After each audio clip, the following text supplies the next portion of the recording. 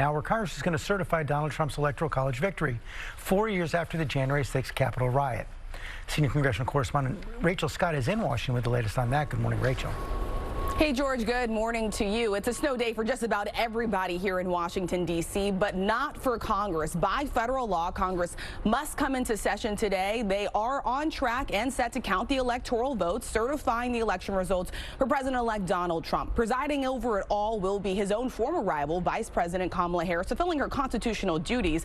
Of course, it was just 4 years ago that Donald Trump urged his own supporters to march to the Capitol on January 6th, pressuring his own Vice President Mike Pence to try to overturn the 2020 election that he lost. We were here reporting live. We saw hundreds of people storm the United States Capitol. More than 1,500 people have been criminally charged. Donald Trump has vowed to pardon many of them. Today, there are no formal plans by Republican leadership to mark the anniversary of January 6th. Today's ceremonial events expected to run smoothly, but local law enforcement, federal officials, they are not taking any chances. Today has been declared a national security event. There's a larger police presence, and that fencing is back up around the entire Capitol complex, George. Okay, Rachel, and President Biden is out with a message on January 6th overnight.